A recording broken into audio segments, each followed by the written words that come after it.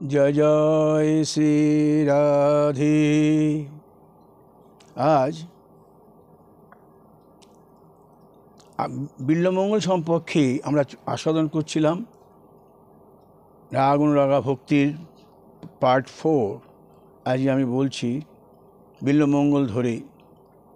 বিল্বমঙ্গল বৃন্দাবনের পথে চলছেন।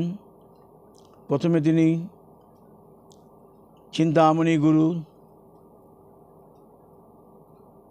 সমগিরি ভগবান শ্রীকৃষ্ণ মৌলি তার শিক্ষাগুরু এবং চিন্তামণি তার বত্তদেশ গুরু। এই প্রথম শ্লোকে আমরা দেখেছি তিনি কিভাবে প্রলাপ বলছিলেন। প্রলাপগুলি প্রেমোন্মত্ত দশায় বলছেন বটে, কিন্তু তার প্রতিটি এই প্রেম উন্মাদনাময় যে ভাষ্য, সেটি একেবারে শাস্ত্রসম্মত, বিধিসম্মত। সেগুলি টিকাকারগণ প্রতিষ্ঠিত করেছেন। তো এই বৃন্দাবনের পথে চলতে চলতে তিনি তার যে সঙ্গীয় বৈষ্ণবগণ বললেন যে আমরা কি বস্তুর সন্ধানে যাচ্ছি। তখন উনি এই দ্বিতীয় শ্লোকটি উনি বললেন, অস্তি শস্ত্রণী করা গ্রবিগলং কল্পনা পশুনাপ্লুতম বস্তু প্রস্তুত বিনুনাদলহরি নির্বাণ নির্বাকুলম ত্রস্ত ত্রস্ত নিরুদ্ধ নিবিবিলাসদ গোপী সহস্রাবৃতম হস্ত নস্ত তাপ অপবর্গ অখ্লদারং কিশোরাকৃতি। এখানে উনি বললেন যার হস্তে, লাস্ট লাইনটা, তার হস্তে তাপ অপবর্গ, হস্ত অপবর্গ ন্যস্ত সেই কিশোরাকৃতি। কে সেই কিশোরাকৃতি? কেমন সেই কিশোরাকৃতি?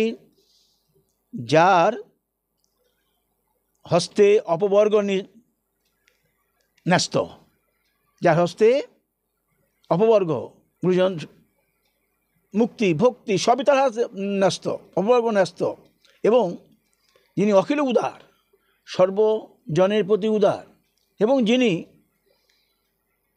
যাহার মানে বোঝ স্বর্গের তরুণীগণ, যিনি স্বর্গের তরুণীগণের হস্ত হতে কল্পনা পশুনাপ্লুতম, হস্ত হতে যে পুষ্প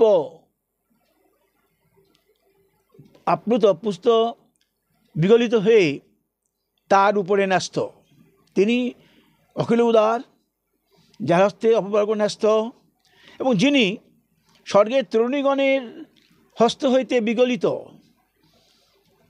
পুষ্পসমূহ দ্বারা আপ্লুত। আর কি?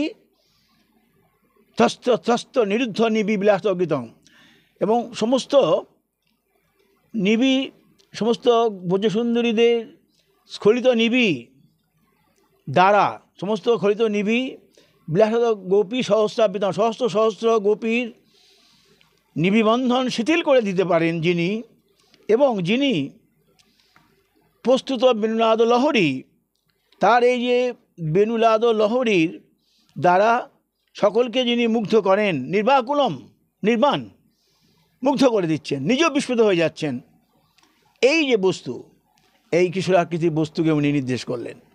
তাহলে এই যে অস্থি শস্ত্রণী করা গ্রবিগলং কল্পনা পশুনাপ্লুতং বস্তু প্রস্তুত নাদলহরি নির্বাণ নির্বাকুলম ত্রস্ত ত্রস্ত নিরুদ্ধ নিবি বিলাসদ গোপী সহস্রাবৃতম হস্ত নস্ত তাপ অপবর্গ অখিলদারং কিশোরাকৃতি।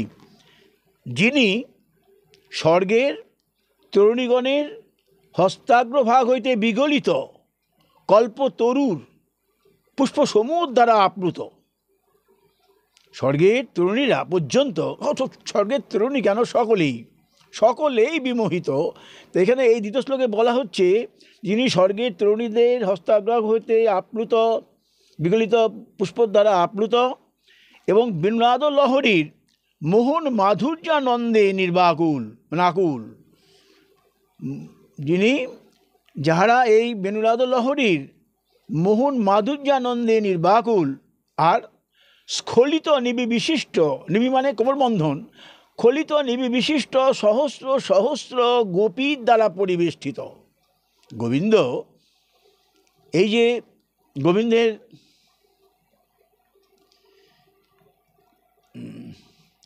আমরা প্রার্থনা করি না যে ত্রিভঙ্গ ভঙ্গিম রূপং বিনরন্ধ করাঞ্চিতম গোপীমণ্ডল মধ্যস্থং সবুজ নন্দনন্দন। নন্দনকে চিন্তা করতে গেলেই গোপীমণ্ডল পরিবেষ্টিত ভাব তাকে আসতে হবে। উনি সহস্র সহস্র স্খলিত নিবি বিশিষ্ট গোপী দ্বারা পরিবেষ্টিত। রাসেও গোবিন্দ ওই পরিবেষ্টিত। গোবিন্দ এখানে এসেছিলেন পরকে আরো আস্বাদন করার জন্য, আজকে এটা বিষয় নয়। তো গোবিন্দকে চিন্তা করতে গেলেই তাকে এই যে ভাব বিনন্দ করাঞ্চিতম গোবিমল মধ্যস্থং সবিত নন্দনন্দনম, তো এইখানে যেমন ব্রহ্মগোপাল বিষম আমরা ভজনা করে থাকি।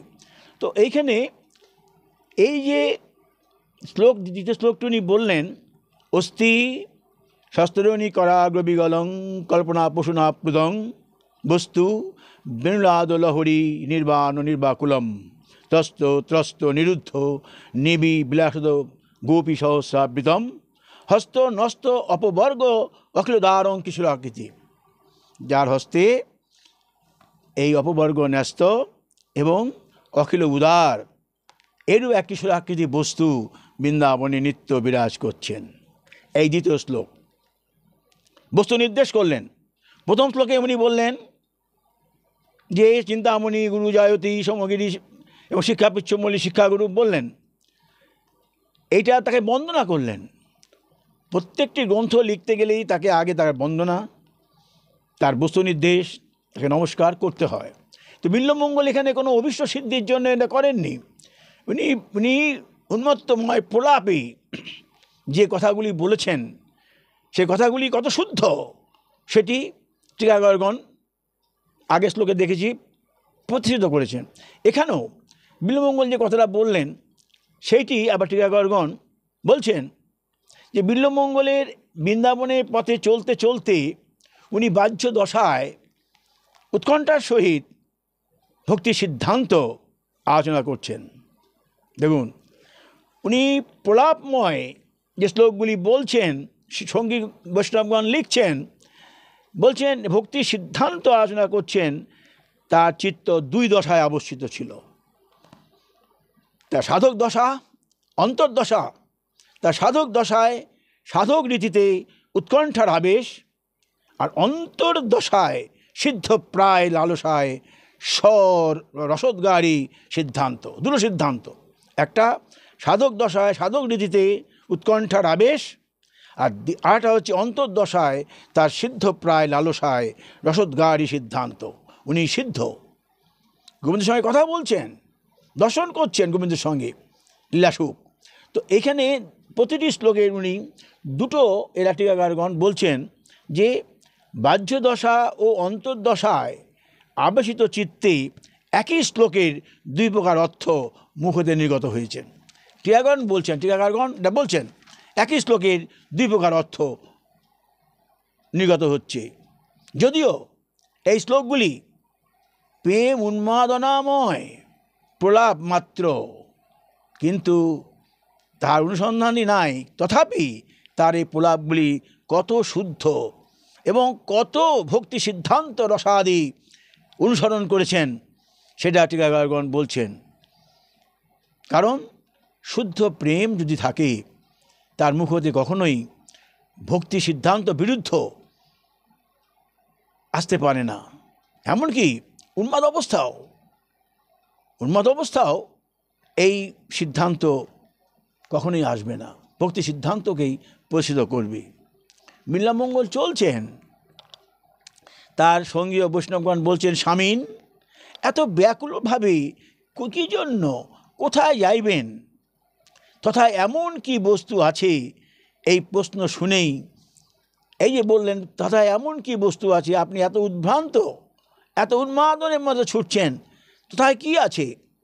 এই যে বস্তু কি বললেন, সঙ্গে সঙ্গেই বিল্বমঙ্গলের হৃদয়ে তখন কৃষ্ণের মহিমা ঐশ্বর্য জ্ঞানাদি স্ফুরিত হলো। তিনি কৃষ্ণের প্রাভব বৈভব অংশ অবতার, শক্তাবেশ অবতার, স্বয়ং রূপ প্রকাশ, তার বিভবাদি, হ্যাঁ, ছিশক্তি, অনন্ত বৈকুণ্ঠ আদি, হ্যাঁ, মায়াশক্তি, অনন্ত ব্রহ্মাণ্ড সকল, জীবশক্তি, এসব ভক্তি জীবগণের ভক্তি নিচয়, এই সব কিছুই তার মনের মধ্যে আসতে আরম্ভ করলো। যেই বললেন কি বস্তু আছে আসতে আরম্ভ করলো। তো এইখানে যেমন উনি বললেন যে স্বয়ং প্রকাশ, বৈভব, বিলাসাদি, এখানে এটা আজকে সাবজেক্ট নয়, স্বয়ং প্রকাশ।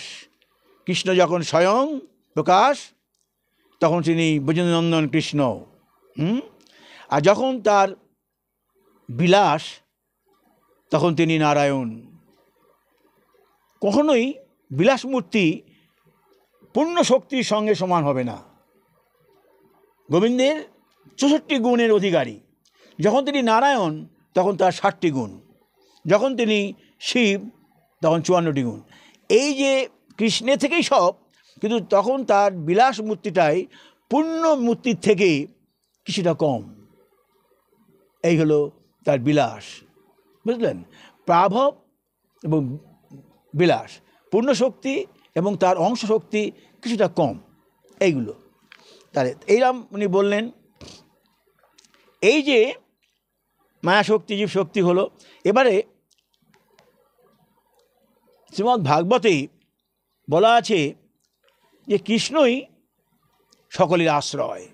টিকাকরণ বলছেন, উনি তো শ্লোকটি বললেন, এবারে কৃষ্ণদাস কবিরাজ গোস্বামী, সারঙ্গ রঙ্গরায়, সমস্ত টিকাগুলি শ্রীধর স্বামী যে টিকা করছেন, বলছেন যে ভাগবতে 2য় স্কন্ধে 10ম অধ্যায়ে 1-2 শ্লোক আছে। তাতে কি বলছেন? অত্র স্বর্গ বিসর্গস্য স্থানং পোষণমিতয়ঃ মন্বন্তরৌষাণু কথা নিরোধ মুক্তি আশ্রয়। এই যে অত্র স্বর্গ বিসর্গ স্থান পোষণ উতি মন্বন্তর ঈশাণু নিরোধ মুক্তি আশ্রয়, এই যে আশ্রয় তত্ত্ব, ভগবানের যে আশ্রয়, এটাকে স্বর্গাদির 9টি লক্ষণ এই যে আশ্রয়ের আগ পর্যন্ত বলা হলো, মুক্তির আগে মুক্তি পর্যন্ত, এইগুলি ব্যাখ্যা করছেন করে কৃষ্ণই যে আশ্রয় সেই তারা বলছেন। কৃষ্ণ ভিন্ন আমাদের আশ্রয় নেই। কি বলছেন? দশমস্য বিশুদ্ধার্থং রমনামিহ লক্ষণম বর্ণয়ন্তী মহৎনানা শ্রুতিমার্থে আত্মনা। শ্রুতির দ্বারা এই 9টি লক্ষণকে ব্যাখ্যা করছেন, হ্যাঁ, এবং করে কৃষ্ণ যে আশ্রয় সেটিকে প্রতিষ্ঠিত করছেন। অত্র স্বর্গ বিসর্গস্য স্থানং পোষণমিতয় মন্বন্তরৌষাণু কথা নিরোধ মুক্তি আশ্রয়। আর দশমস্য বিশুদ্ধার্থং নমামিহ লক্ষণম বর্ণয়ন্তী মহাত্মারা বর্ণন করছেন শ্রুতিমার্থে ন চ অঞ্জসা, শ্রুতির সাহায্যে কখনো বা নিজেদের তাৎপর্য অনুযায়ী, এই রসের তাৎপর্য অনুযায়ী ব্যাখ্যা করছেন যে কৃষ্ণই পরমাশ্রয়। তাই তিনি বললেন লীলাসুক অস্থিতি, লীলাসুক যে বললেন অস্থি সত্যনি করা গবিগলং, তো ওইখানে বলছেন, এখানে লীলাসুক এই চিন্তা করেছেন, করে এটা বলেছেন। কোনোটাই তার শ্রুতি তার মানে বিরুদ্ধ নয়, ভক্তি সিদ্ধান্ত বিরুদ্ধ নয়। ইয়ার বাহ্যার্থ করতে গেলে কি বলছেন? এক অপূর্ব বস্তু, সে বস্তুটা কি টিকাকরণ ব্যাখ্যা করছেন। বাহ্য অর্থ কি না, এই বস্তু কি? এক কিশোর আকৃতি বিশিষ্ট বস্তু, নিত্য বিরাজিত বৃন্দাবনে বিদ্যমান। এই কিশোরত্বের কোনোদিন পরিবর্তন ঘটে না। তাহলে এই যে অস্থির কথা বললেন, এই কিশোর কোনো পরিবর্তন হয় না, তাহলে কি এই কিশোর এক বস্তু নিরাকার ব্রহ্ম, না ইহার আকার আছে? এই কিশোর আকৃতি, কিশোর মূর্তি, নবকিশোর মূর্তি, ইহাই নিত্য স্বরূপ। ভাগবতী বস্তুস্থানে পরম বস্তুই নির্ধার করেছেন কে? ভাগবতে বলা আছে বেদং বাস্তবমাত্র শিবদং তাপত্রয় উন্মিলয়ং, অচ্যুত বিনা অন্য কেহ এই পরম বস্তু বাচ্য নয়। মুসলিম ভাগবতী 3য় স্কন্ধে 9ম অধ্যায়ে 3য় শ্লোকে বলেছেন, হে পরমেশ্বর, আনন্দময় অদ্বিতীয় স্বরূপ, আপনা হইতে শ্রেষ্ঠ আর আমি কিছুই দেখিতে পাইতেছি না। যে বিল্বমঙ্গল যে কথাটা বললেন, বস্তু নির্দেশ করে যে কথাটা বলেছেন, সেটাকে টিকাকারগণ এই সমস্ত ভাগবত থেকে, কখনো রূপ গোস্বামীর ভক্তি সিদ্ধান্ত থেকে এরা পরিচিত করছেন। তো যদি বলো ভগবানের মূর্তি অসংখ্য, সকল মূর্তি নবকিশোর, কোন মূর্তি কথা বিল্বমঙ্গল বললেন? বিল্বমঙ্গল বললেন প্রস্তুত বেন্নেতি। দেখুন, রাসে বিল্বমঙ্গল প্রস্তুত বেন্নেতি, রাসে ব্রজসুন্দরীদের আকর্ষণের নিমিত্ত তিনি বেণুবাদন করেছিলেন এবং বেণুর শব্দে পরমানন্দে আপনি পর্যন্ত বিমোহিত হয়ে গিয়েছিলেন। তিনি যে তার 3টি ছিদ্র এবং 21 প্রকার ভাবতরঙ্গ, অর্থাৎ বেণুলহরী স্বরগ্রাম ত্রয়ী, ওখানে অনেকটি ছিদ্র আছে, 9, 12 নানা রকম আছেন।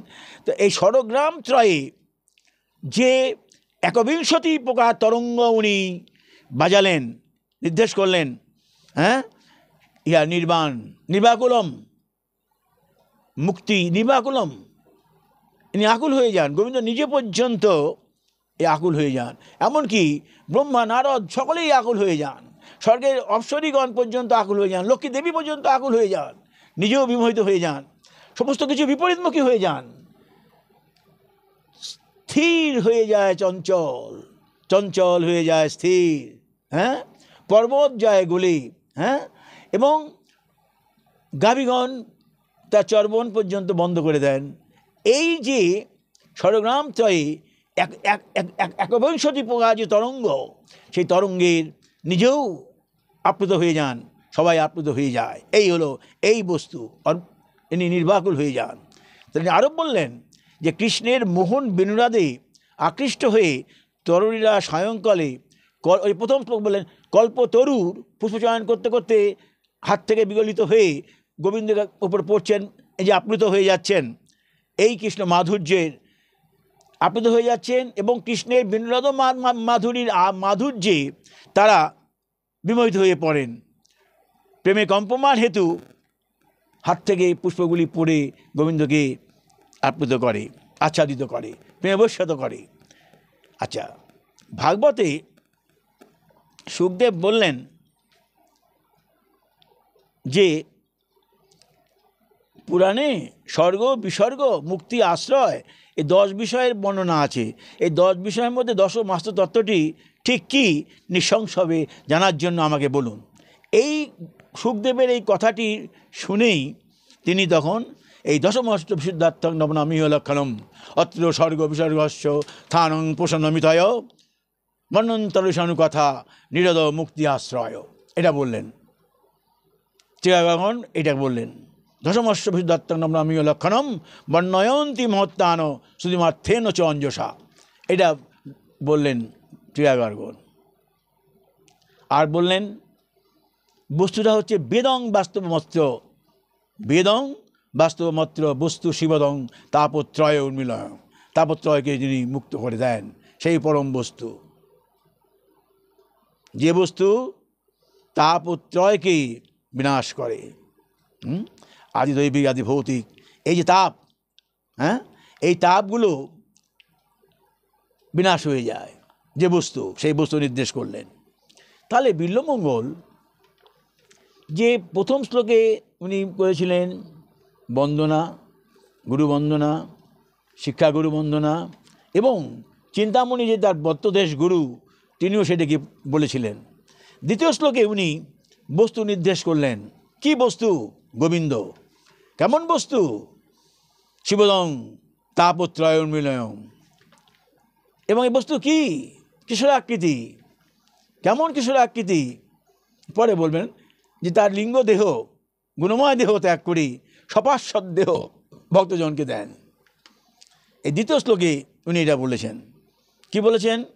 নাতঃ পরং পরম যদ্ভবত স্বরূপ মা আনন্দমাত্রং বিকল্প বিধবৎস পশ্যামি বিশ্বসৃজমেকম বিশ্বমাত্মন ভূতেন্দ্রিয়াত্মকমদস্থ উপস্থিত উষ্মি। হে পরমাত্মন, তোমার যে আনন্দময় ভেদরহিত অখণ্ড তেজময় স্বরূপ। কৃষ্ণের স্বরূপ অখণ্ড তেজময় স্বরূপ।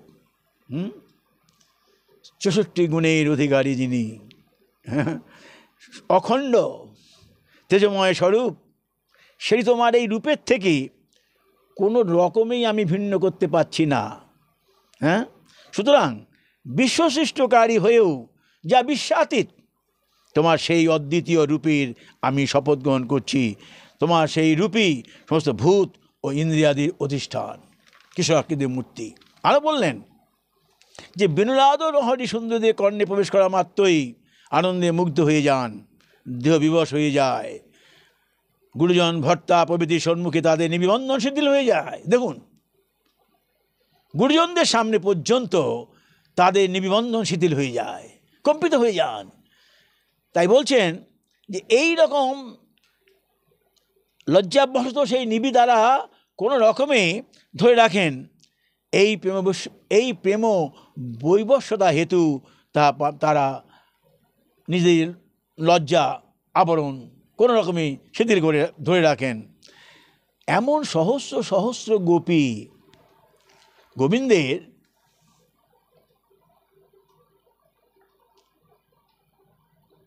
এমন সহস্র সহস্র গোপীর দ্বারা আপ্লুত যিনি, পরিবেষ্টিত এই সৌন্দর্য বোধকদি অনুরাগী সর্বশ্রেষ্ঠা সুহাশালিনী এতাদৃশী অসংখ্য ব্রজ সুন্দরী দ্বারা পরিবেষ্টিত সেই কৃষ্ণই আমার বস্তু। কৃষ্ণকে একা কৃষ্ণ নয়, তুমি হলে মদন মোহন, রাধা বামে তোমার যখন,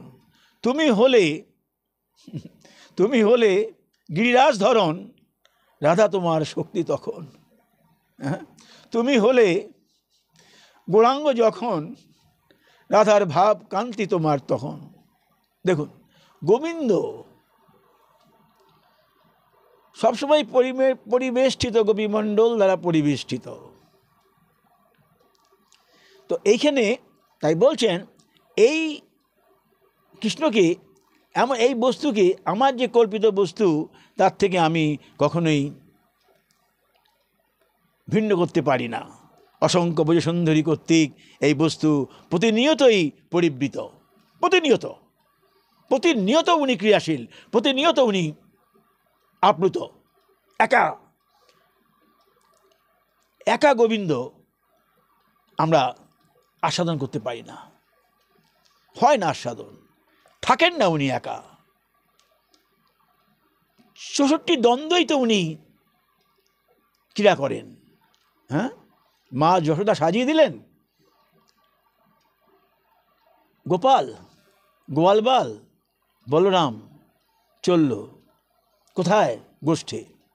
গোষ্ঠে উনি ক্রিয়া করছেন, ভোজন লীলা করছেন, সখাদের বাড়ি থেকে আনিত যে সমস্ত খাবার উনি খাচ্ছেন।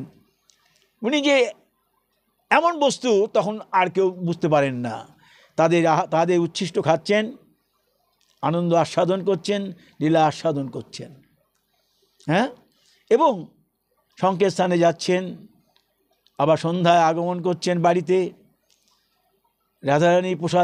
রাধারানী রান্না করে দিতেন, সেটা খেতেন। কারণ একদিন বলেছি, দুর্বাসা বলেছে মা যশোদাকে, যতদিন তুমি রাধারানীর প্রসাদ খাওয়াবে গোপালকে, গোপালের আয়ু বৃদ্ধি হবে। ওই সন্ধ্যার সময় রাধারানী মানে তার জাবর থেকে পাঠাতেন, ওইটা সেবা করতেন, সেই প্রসাদ আসত, রাধারানী সেবা করতেন।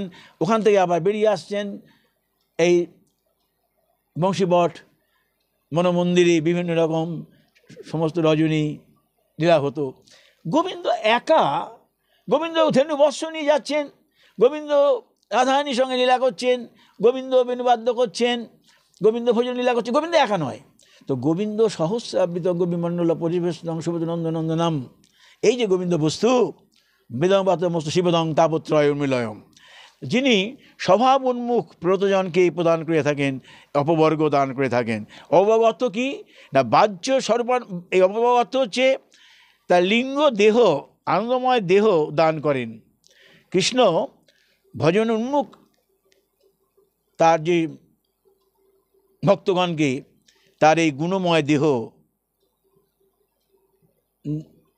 না দিয়ে সপার্শ্বদ দেহ করেন, তাকে নিয়ে নিজের স্বধামে নিয়ে আসেন, প্রাপ্ত করেন। এই ভাগবতে একাদশ স্কন্ধে 29 নম্বর শ্লোকে, 29 অধ্যায়ে 34 নম্বর শ্লোকে বললেন, আত্মসমর্পণকালেই আমি তাহাকে জ্ঞান যোগী প্রভৃতি হইতে বিলক্ষণ ভক্তস্বরূপ সপার্শ্বদ দেহ দান করে থাকি। তিনি মৃত্যু অতিক্রম করে আমার সহিত সাম্য স্বরূপ অবস্থা যাপন করেন, প্রদান করেন। এখানে ভক্তকে যদি বলা যায় তুমি কি চাও, মুক্তি চাও, মুক্তি চাও, কেউ মুক্তি চায় না, কেউ চায় না মুক্তি। মুক্তি পেলেই কি হবে? গোবিন্দের দেহে এই যে তোমার সাদৃশ্য, সারূপ্য, সালুক্য, সামীপ্য, শাস্তি, এই যে মুক্তিগুলো আছে, এগুলো গোবিন্দের দেহে বিলীন, গোবিন্দের সঙ্গে আমি আস্বাদন। ভক্তরা যা নিবেদন করবে, ভক্তের দেহে গোবিন্দকে সেবা করবে, আমি সেই সেবা সুখ গ্রহণ করব। গোবিন্দ কেউ কোনো ভক্তই বলেছেন ভুক্তি মুক্তি পিচাসী পর্বতী, সমস্ত ভক্তরাই, কৃষ্ণদাস কবিরাজ গোস্বামী, রূপ গোস্বামী, সনাতন গোস্বামী, জীব গোস্বামী, সকলেই এই ভক্তি মুক্তি মুক্তির যে চায়নি, তা চেয়েছে কি? সেবা। ইহকালে সেবা, পরকালে সেবা। ইহকালে সেবা করব, পরকালে সেবা করব, পরকালে নিত্যধামে আমি সেবা করব, এই সেবা চেয়েছে। তো বিল্বমঙ্গল, দেখুন বিল্বমঙ্গল প্রলাপ করেছেন বটে, কিন্তু প্রতিটি তার অর্থ শুদ্ধ। এই যে ভাগবতে প্রথম স্কন্ধে বলেছিলেন বর্ণ বিধানম অপবর্গস্য ভবতি, অপবর্গের শব্দ হচ্ছে কি? ভক্তিযোগ বলেই শ্রীধর স্বামী ব্যাখ্যা করেছেন, অপবর্গ ভক্তি। আর বললেন যে কল্প বৃক্ষ হইতে আমি যা চাবো তাই পাবো। হ্যাঁ, শ্রীধর স্বামী বলছেন এই যে বর্ণ বিধামস্য অপবর্গস্য ভবতি, ভাগবতে যে প্রথম স্কন্ধে কথা বলা হলো, অপবর্গ কি না, আমি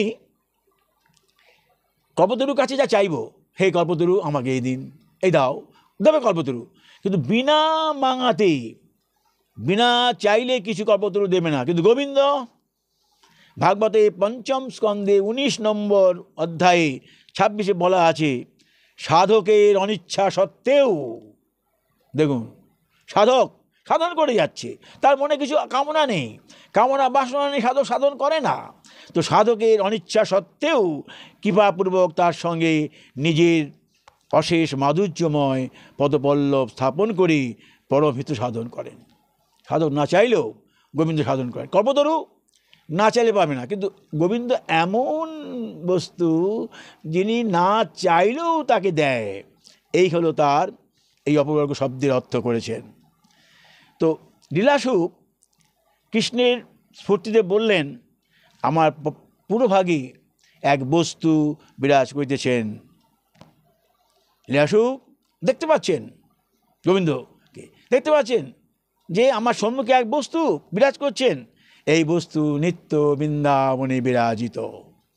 ইয়া সৌন্দর্য মাধুর্য বৈদুদাদি নিখিল সদ্গুণের আশ্রয়, ইনি পরম বস্তু। গোবিন্দের 64 গুণের অধিপতি গোবিন্দ, আমাদের সবার পরম আশ্রয় এই গোবিন্দ। এই গোবিন্দ তার মাধুর্য বেণুগাদি স্খলিত, এই যে গোবিন্দ যে আমাদের আশ্রয়, এই আশ্রয় পেতে গেলে কি আমি সহজে যেতে পারবো না। গোবিন্দকে আশ্রয় করতে গেলে রাধার চরণ আশ্রয় দরকার। রাধা বিনা গোবিন্দ নাহি হয় প্রাপ্তি। রাধা বিনা গোবিন্দ নাহি পারেন থাকিতে, আর রাধা চরণ বিনা নাহি পারি মোরা আশ্রয় করিতে। রাধা চরণ নিয়ে তাকে আশ্রয় করব। তাই বলছেন যে এই যে স্ত্রীগণ বা গোপীগণ পরিবেষ্টিত যে গোবিন্দ ব্রজসুন্দরীদের দ্বারা আচ্ছাদিত, তিনি এমন বস্তু বাচ্য, এই বস্তু কীরূপ না, এই বস্তু কিশোরাকৃতি এবং গোপীগণের সাধ্যি পরতস্তা আগমন করবে কীরূপী? গোপীগণের দ্বারা পরিবেষ্টিত। এইভাবেই কৃষ্ণ যেন ব্যাকুল হয়ে বেণুবাদন আরম্ভ করলেন। গোবিন্দ যখন বেণুবাদন করলেন, তার বেণুবাদন, গোবিন্দ একা থাকতে পারেন না। গোবিন্দ রাতে, রাস পূর্ণিমার রাতে বেণুবাদন আরম্ভ করলেন। এই এমন বেণু বাজালেন, এমন একবিংশতি তরঙ্গ উঠতে আরম্ভ করলো, যে তরঙ্গে স্বর্গ পর্যন্ত সকল বিমত হয়ে গেল। সেই তরঙ্গে সমস্ত ব্রজবাসী, ব্রজবালাগণ, গোপীগণ ঘর থেকে মূর্ছিত হয়ে বেরিয়ে আসলেন। তারা গুরুজনদের কথা শুনলেন না, তারা সমস্ত বেরিয়ে আসলেন এবং গোবিন্দ নিজেও বিমোহিত হয়ে গেলেন। এবং গোবিন্দ তাদের পরীক্ষা করার জন্য বললেন, এত রাত্রে তুমি কেন এলে, তোমরা এই সমস্ত পতির কাছে যাও। তারা বললেন যে তুমি আমার জগৎপতি, তোমার কাছে আমি এসেছি, আমার পতিরও পতি তুমি, কাজেই তোমার কাছে এসেছি, এইরকম কথাবার্তা। অর্থাৎ আমি যেটা বলতে চাইছি এখানে, গোবিন্দ এই শতসহস্র গোপীর দ্বারা পরিবেষ্টিত বস্তু, এই বস্তু সকলকে তার মুক্তি আশ্রয় দেয়। এই বস্তু স্বর্গের ব্রজসুন্দরীদের হস্তে বিগলিত, পুষ্প দ্বারা আপ্লুত, এবং এই বস্তু সকলেরই পরমাশ্রয়। এইটা আর এই বস্তুটা কেমন? অখিল উদার। কল্পতরু তার নিজের কাছে না চাইলে ফল দেন না, কিন্তু এই বস্তু সবার মনোরথ পূরণ করেন, না চাইলেও অভিষ্ট প্রদান করেন। এইরকম তো এই বস্তু রাধার সহিত গুরুবিলাস লোভে রসিকেন্দ্র মৌলি কৃষ্ণ রাস আরম্ভ করলেন। এই যখন রাস আরম্ভ করলেন, বহু ভুজঙ্গনার সঙ্গে তার হাস পরিহাস করতে করতেই নেত্রভঙ্গির দ্বারা শতকোটি ব্রজ সুন্দরীর মধ্যে হয়ে রাধাকে নিয়ে নির্জনে আসিয়া পড়লেন। এই যে রাস করছেন, অহংকার কারো রাখেন না, উনি রাস করছেন সবার সঙ্গে। এক কৃষ্ণ দুই গোপী, এক কৃষ্ণ দুই গোপী, এক কৃষ্ণ দুই গোপী হাত ধরে রাস করছেন। বহু হতে পারেন, কৃষ্ণ বহু হতে পারেন। এটা বলি ছোট্ট করে, উনি 10,108 গোপিনী বিয়ে করলেন। তো প্রথমে 8টি বিয়ে করেছিলেন, তারপরে অসুর বধ করার পরে সেখানে যখন গোপীরা বলল আমাদের তাহলে কী করবে, আমাদের কী দশা হবে, উনি আরও 100 বিয়ে করলেন। এই 108টি বিবাহ করে নারদ ভাবছে আমরা একটা বিবাহ করি তাল সামলাতে পারি না, উনি 108টা বিবাহ করে কি সামালছেন। দেখার জন্য উনি দ্বারকা গেলেন, গিয়ে দেখছেন 108টি ঘরে গোবিন্দ, কোথাও দোহন করছেন, কোথাও লক্ষ্মী তার পদসেবা করছেন, কোথাও ছেলে পড়াচ্ছেন। এই দেখে বিমুগ্ধ হয়ে গেলেন। তো এখানে ওই রাসে এই যে শতকোটি গোপী এলেন, তাদের মাঝে কৃষ্ণ দুপাশে গোপী, এই নিয়ে রাস করছেন। এই বলছেন গুরুবিলাসে লোভে রসিকেন্দ্র রাস করতে করতে যেই গোপীদের মনে অহংকার হলো যে আমাদের ছাড়া গোবিন্দ এত, আমাদের মানে মনে অভিমান হলো, আমাদের কত ভালোবাসেন, কত এ করেন। গোবিন্দ তখনই ওখান থেকে চলে গেলেন, ব্রজসুন্দরীদের মধ্য হতে রাধাকে নির্জনে নিয়ে এলেন নির্জনে। এবার রাধা ভাবছেন যে আমাকে এত গোপী থাকতে, আমাকে এত কৃষ্ণ এত এ করছেন, রাধাকে ছেড়ে দিয়ে উনি চলে গেলেন। কারো অভিমান তিনি রাখেন না, অভিমান শূন্য। অভিমান করলে গোবিন্দকে পাওয়া যাবে না। ত্যাগ, আত্মনিষ্ঠা, আত্মসমর্পণ ব্যতীত গোবিন্দকে পাওয়া যাবে না। রাধাচরণ আশ্রয় করো, কিন্তু অভিমান এবং আত্মসুখ বিসর্জন না দিলে, কামনা বিসর্জন না দিলে, সমস্ত চিত্ত শোধিত না হলে গোবিন্দকে পাওয়া যায় না। এই যে পূর্বে তিনি যে ইষ্টদেবের কথা বলেছিলেন চিন্তামণির মুখে শুনে, এই হলো লীলাসুখের এই রাস মার্গে, রাগানুগা মার্গে এই ভজন। দেখুন এখানে আমি একটু বলি যে রাগ অনুরাগা ভজন, এটা পার্ট 4, রাগ অনুরাগা ভজন। রাগ অনুরাগ, কার পিছনে অনুরাগ? যারা কৃষ্ণের স্বরূপ শক্তির অংশ, জাতরতি ভক্ত, নন্দ, যশোদা, ললিতা, বিশাখা, সখা, মধুমঙ্গল, অর্জুন, এরা সখা, এরা কৃষ্ণের জাতরতি ভক্তির অধিকারী। আমরা অজাতরতি ভক্ত। আমাদের এখানে স্থান, আমাদের কথা উঠতেই পারে না, এখানে আমাদের স্থান নেই। এই জাতরতি ভক্তের চরণ ধরবো আমরা। আমাদের রাগ আদায় চরণ ধরে আমি করব অনুরাগ, রাগ থেকে অনুরাগ, অনুরাগ গাঢ় হলে স্নেহ, গাঢ় হলে প্রণয়, স্নেহ, হ্যাঁ প্রণয়, প্রেম, স্নেহ, প্রণয়, স্নেহ, প্রণয়, প্রেম, ভাব, মহাভাব। হ্যাঁ, এই যে যত গাঢ় হবে আর কি, হ্যাঁ যত যেটা গাঢ় হবে, তোমার রাগ গাঢ় হলো অনুরাগ, স্নেহ গাঢ়, প্রীতি, প্রণয়, এই চলতে থাকলো, এইভাবে চলছে। আমি তোমার একটা কথা বলি,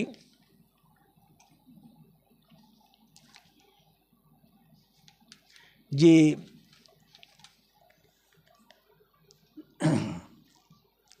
আমরা অজাতরতি ভক্ত, আমরা কি কোনোদিন পাবো না?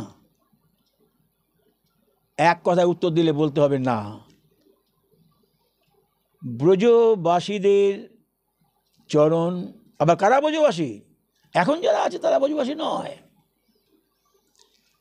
ব্রজে গোবিন্দের সঙ্গে লীলাসুখ আস্বাদন করেছেন, গোবিন্দের সঙ্গে বিহার করেছেন, গোবিন্দের সখাধিত্য আস্বাদন করেছেন, এরা ললিতা, বিশাখা, এরা, এদের জাতরতি ভক্তের চরণ ধরে আমরা কোথায় পাব? তো আমরা দেহভঙ্গের পরে বৃন্দাবনে জন্মগ্রহণ করে, হ্যাঁ আমরা যদি ওই গোপীচরণ আশ্রয় করে জাতরতি ভক্তের কল্পনা করে, হ্যাঁ ভক্তের চরণ কল্পনা করে ভজন করতে করতে কত জন্ম যাবে জানি না, তবে তখন আস্তে আস্তে আমরা গোবিন্দের চরণ পেতে পারি। গোবিন্দ বৃন্দাবনে যখন এই পরকীয়া রস আস্বাদন করতে এলেন, একদম কঠোর এলেন। যত বৃন্দাবনে গোপী ছিল সেই সময়ে সব তার কায়বিহ রূপ, কেউ স্পর্শ করতে পারেনি তাকে। রাধা বলুন, সমস্ত যারা ললিতা, যারা ছিল, চন্দ্রাবলী, তার স্বামী ছিল তো গোবর্ধন মল্ল, রাধার স্বামী ছিল তো তোমার নারায়ণ, কেউ কারো মনে এই স্পর্শ করার অভিমান হয়নি, কারণ কৃষ্ণের কায়বিহ রূপ এমনই কৃষ্ণ। দেখুন, এটা প্রসঙ্গ নয় তো বলি, কিরম কৃষ্ণ কীরকম। যখন ব্রহ্মা এই ভোজন লীলা দেখে অবাক হয়ে গেলেন, এই কি ভগবান, এর কাছ থেকে একটু খাচ্ছে, ও খাচ্ছে, একটু খাচ্ছে, এইটি আস্বাদন করার জন্যে সমস্ত গোবৎস এবং সখাদের নিয়ে উনি গুহার মধ্যে আটকে দিলেন, দিয়ে চলে গেলেন তার স্বধামে।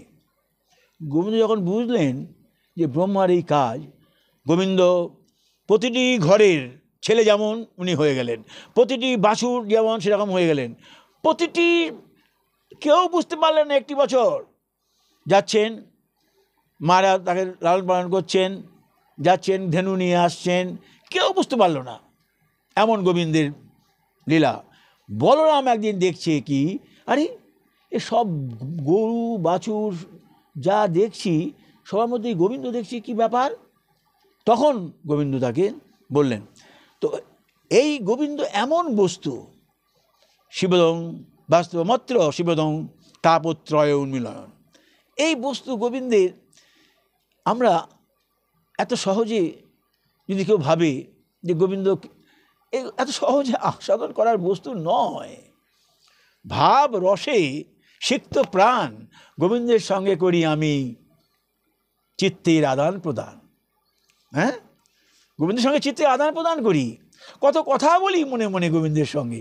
উনি শোনেন কিনা আমি জানি না, তবে এই যে কথা বলি, আত্মিক ভাব নৈকট্য ভাব আনি, রাধারানীকে আমি কত কথা বলি, রাধারানীর সে কত নৈকট্য আস্বাদন করি, উনি শোনেন কিনা জানি না। তবে এই যে আত্মিকভাবে আমরা লীলা স্মরণ করছি, তার সঙ্গে কথোপকথন করছি, এটি আমাদের মনের ভাব। কতটুকু গোবিন্দ আস্বাদন করছেন তিনি জানেন। তো এইখানে লীলাসুখ, এই রাগ আনুরাগ ভক্তির পার্ট 4-এ আমি লীলাসুখটায় আমি বলছি যে এটা অভীষ্ট বস্তু, গোবিন্দ আমার পরম অভীষ্ট। হ্যাঁ, ভক্তি রসামৃত সিন্ধুতে বলছেন এই অভীষ্ট বস্তু যে স্বাভাবিক পরমাবিষ্টতা, প্রেমাবেশমূলক প্রেমময়ী তৃষ্ণা, এই হলো রাগ। কৃষ্ণের প্রতি স্বাভাবিক প্রীতি, কৃষ্ণের প্রতি স্বাভাবিক প্রীতি মনের মধ্যে হলো, আহ কি সুন্দর গোবিন্দ, কি সুন্দর গুণের অধিকারী, হা কৃষ্ণ কৃপা করো।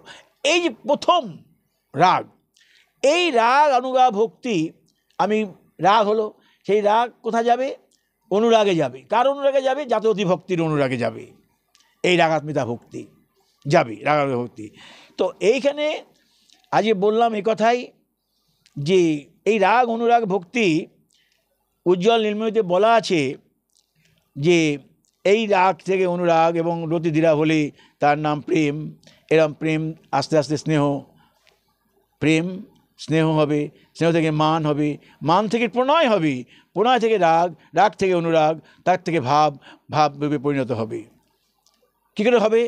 যেমন বীজ থেকে ইক্ষু গাছ হয়, ইক্ষু গাছ থেকে রস নির্যাস করে রস, রস থেকে হয় গুড়, গুড় থেকে হবে খণ্ড, মিশ্রি, এগুলো হবে। আস্তে আস্তে যত গাঢ় হবে তত যাবে। তো আমি এই রাগানুরাগ ভক্তির কথা বলতে গিয়ে বিল্বমঙ্গল একটা শ্রেষ্ঠ উদাহরণ। লীলাস্মরণের, গোবিন্দের সঙ্গে নৈকট্য আস্বাদনের প্রকৃষ্ট উদাহরণ। লীলাসুখ পণ্ডিত বেশায় আসক্ত।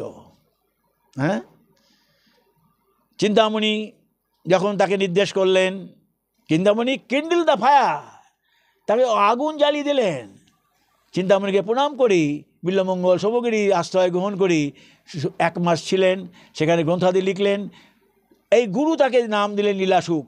তার ওই অন্তঃসাত্ত্বিকী ভাব, অষ্টসাত্ত্বিকী ভাব লক্ষ্য করলেন।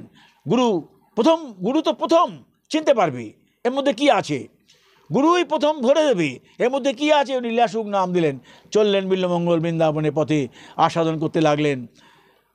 তার প্রেম প্রলাপ বলতে থাকলেন, 112টি প্রলাপ বললেন। মহাপ্রভু নিয়ে এলেন সেই গ্রন্থখানি। আমি দ্বিতীয় শ্লোকটি আজকে বললাম।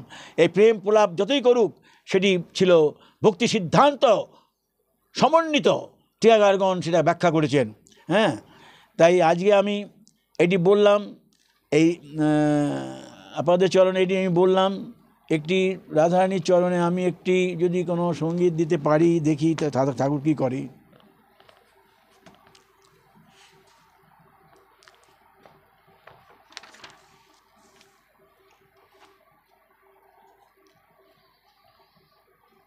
রসের নাগর তুমি, ধীর ললিত যাহার চরিত, গোপী প্রেমে সদা উদ্বেলিত, কৃষ্ণ কুঞ্জ মাঝে সদা রসে বিলাসিত, এমন রসের নাগর পাড়ে ধরিতে রাধা সাগর। এমন রসের নাগর পাড়ে ধরিতে রাধা সাগর, মন মাঝে কৃষ্ণ সাগর, মিলে যদি রাধা সাগর, আস্বাদিব আমি অমৃত রসের মিলন সাগর। রাধা কৃষ্ণ প্রেম দুহু প্রেম করে যে বা আস্বাদন, হ্যাঁ, সে পায় অমূল্য রতন। রাধা কৃষ্ণের প্রেম যে করে আস্বাদন, হ্যাঁ, পায় অমূল্য রতন। এ প্রেম নিকশিত হেম, এর মধ্যে কামনা বাসনার বিন্দু মাত্র লেশ নেই। গোপী প্রেম এমন প্রেম, এত শুদ্ধ, এত অগ্নিদগ্ধ, যার মধ্যে বিন্দু মাত্র কামনা, বিন্দু মাত্র কোনো নিজ সুখের কোনো আস্বাদন ছিল না।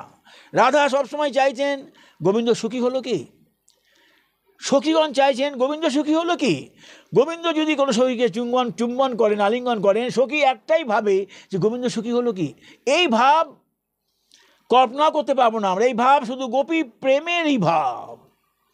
রাধা কৃষ্ণের প্রেম নিকশিত হেম, কামনা বাসনা নাহি রাধার মহাভাব এমনই ভাব যে গোবিন্দের কোলে রাধা শুয়ে আছে, তবু রাধারানী দেখতে পাচ্ছেন না, মহাভাবে কোথা কৃষ্ণ কোথা কৃষ্ণ কোথা থাকেন, এই ভাবটির গোবিন্দ জীবনে আস্বাদন করতে পারেনি, ঋণী হয়ে গেলেন রাধার কাছে। সেই ঋণ শোধ করলেন কীভাবে? এই নবদ্বীপে এসে 12টি বছর ওই গম্ভীরার মাঝে নিজে কৃষ্ণ রাধাকে অন্তরে রেখে হা কৃষ্ণ করতে থাকলেন, যে রাধা কি আস্বাদন করেছিল, আমার আনন্দটা কিভাবে আস্বাদন করেছিল। যাই হোক, এটা আমি বললাম। আজকে চতুর্থ পার্ট রাগানুগা ভজন, এর পরের দিন আজকে আমি তাহলে তৃতীয় শ্লোকে গেলাম, পরের দিন চতুর্থ শ্লোক ব্যাখ্যা করব। জয় জয় শ্রী রাধে, জয় জয় শ্রী রাধে, নিতাই গৌর।